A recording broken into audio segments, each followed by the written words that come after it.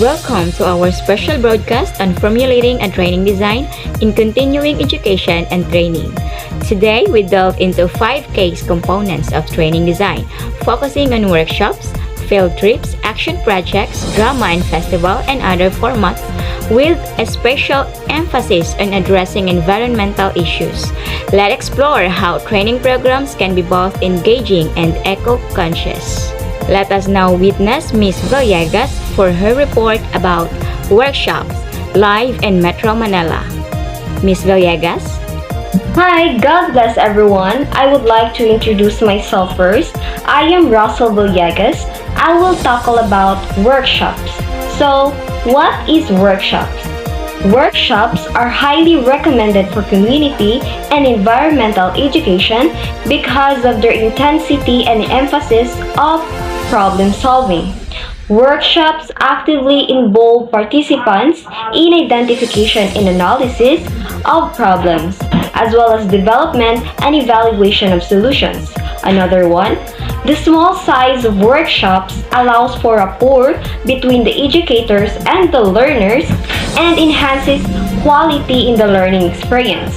Where possible, the facilitator should strive to include all participants and ensure that everyone has a fair and equal chance to participate in the learning experience. Workshops can be held indoors or outdoors and can be both formal and informal.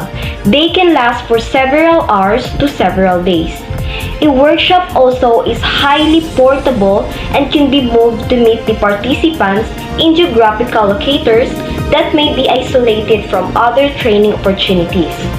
Workshops are highly varied in structure, but most often involve a series of group activities that involve the participants in both design and evaluation.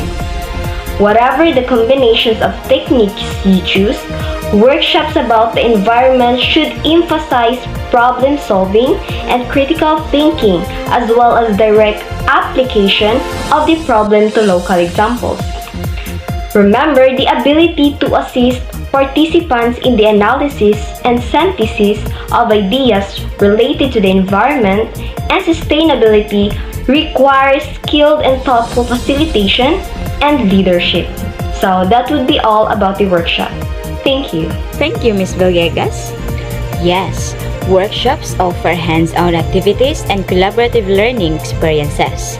So to incorporate environmental awareness, workshops can integrate sustainable practices such as using eco-friendly materials and promoting conservation efforts. And now let's welcome Mr. Castellano for his report about field trips or Lakbay Aral, reporting live in Maranding-Lala, Lanao del Norte. Mr. Castellano? Field trips or Lakbay Aral. Field trips can also be used in combination with other learning formats or as the main focus. People learn best about the environment when they experience it directly. Whatever the focus, it must be something that the participants can actively experience. Since most of the population is now urban-centered, a field trip designed for participants to experience a natural setting can leave important moments of reflection. This can be combined with activities related to management issues of natural areas. Talking with someone while experiencing a protected area is the best way to learn about these areas and how to manage them.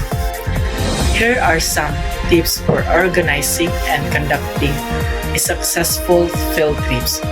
The first one, while traveling, talk to the participants about where you are going and what you will see, providing as much information as possible. The second one, point out cultural, social, and economic points of interest along the route. The third one, make sure that arrangement for adequate food and refreshments have been made. This entails ensuring that special dietary needs have been met. The fourth one, make sure everyone can hear you or see the object of interest.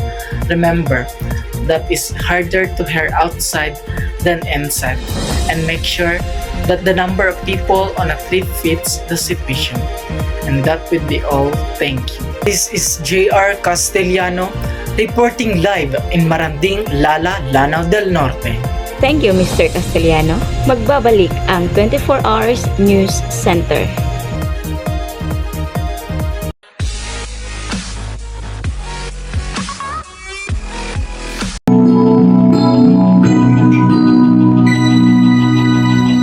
Anak ng Pasig naman kayo,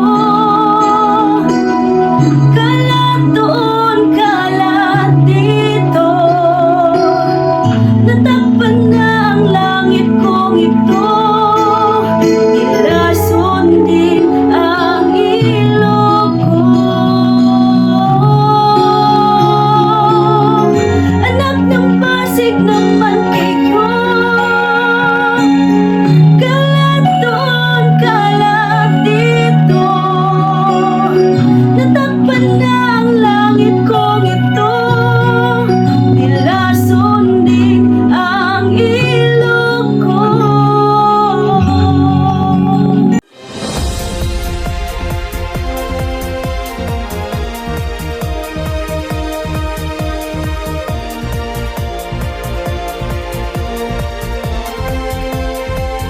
Field trips provide a real-world experiences for participants by focusing on environmental stewardship and sustainable practices during field trips.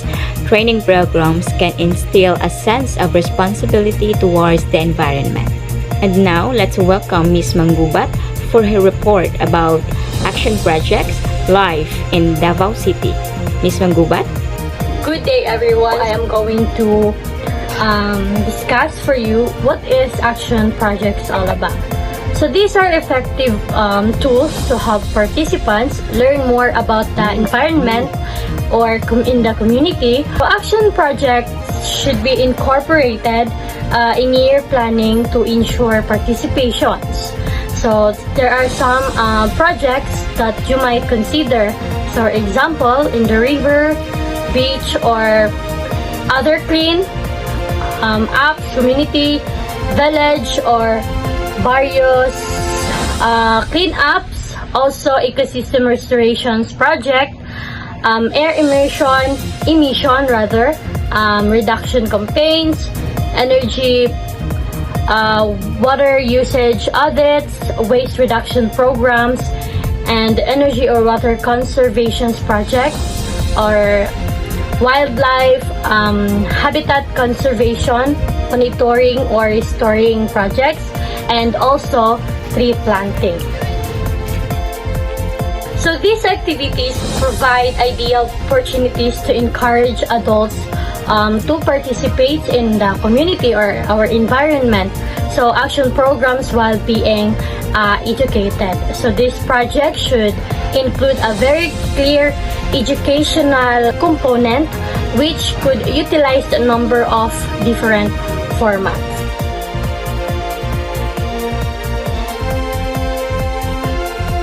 Number one, the information on the action. So it means that you have to instruct the learners of what is expected of them in terms of environmental action. So give them instructions on legal and safety issues, particularly if the works is conducted outdoors. So second, information on how to communicate with others. So this also means all environmental programs should have a clear strategy and how communications should take place, and also gamiton sad ni siya nga ang results sa assessment to disseminate information. So, number 3, evaluation of participation. So this means your community or the environmental education program should include a component which the learners are invited to help them an evaluation strategy for the participants to know if they were successful. So the next is the recognition of participation. This also means that invite the local media for your events and write press releases about the work that is being done. Do not forget to ensure that any community or environmental action should projects have a component of fun. So any programs that organized should be celebratory, creative, and also innovative. Thank you. This is Lizanie C. Mangubat reporting live, Davao City. Thank you, Ms. Manggubat. In this segment, let us witness Ms. Mangala for her report about drama and festivals, reporting live in Zamboanga del Sur. Ms. Mangala? Drama and festivals are creative educational opportunities, particularly using theatre, are very effective and popular method of sharing environmental community education message. Theatre is a particularly useful because the environmental action that is required can be role-played and participants can easily expected of them. For drama, expectations can also be aimed to target groups that have low levels of literacy and are effective way of integrating humor into very serious subjects.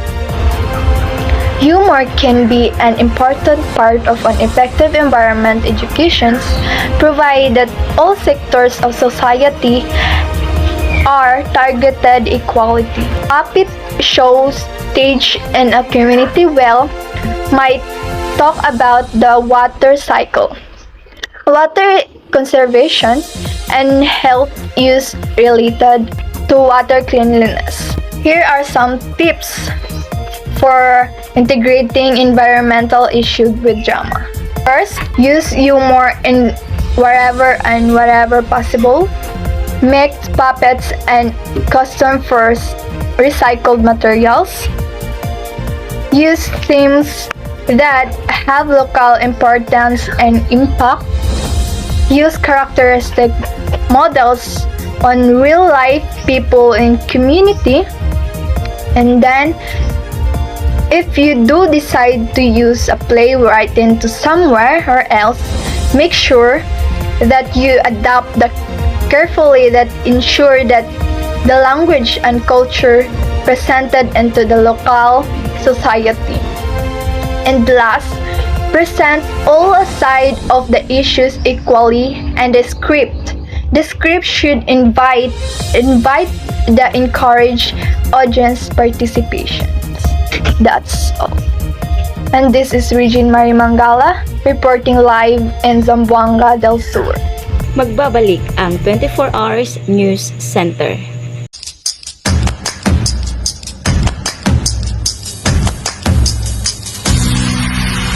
Hey girls! Shampoo lang ba imong ginagamit inig maligo? Ay, kulang! Dapat magamit kag cream soap araw-araw para imong buhok is maging straighter, smoother, and stronger. Mag-cream silk hair fall defense araw-araw. And now, let's welcome Miss Hara Pisawis for her report about the other formats in formulating a training design, reporting live in Dipolog City. Miss Pisawis? Other formats. Of course, there are many formats that we can use to teach adults. First is the clinics, conference, exhibit, courses, poster, radio, and TV messages are still important environmentally or community education formats that may be used. The formats that we have chosen to talk about in some detail are one which have proven to be the most effective in teaching about the environment and achieving some measures of participation in the environment. This is Hara Pisawis live from Dipolog City. Thank you, Ms. Pisawis. Integrating sustainability into training programs not only enhances learning outcomes, but also contributes to a more eco-friendly future. Thank you for joining us today. This is Angelo Navarro, your host.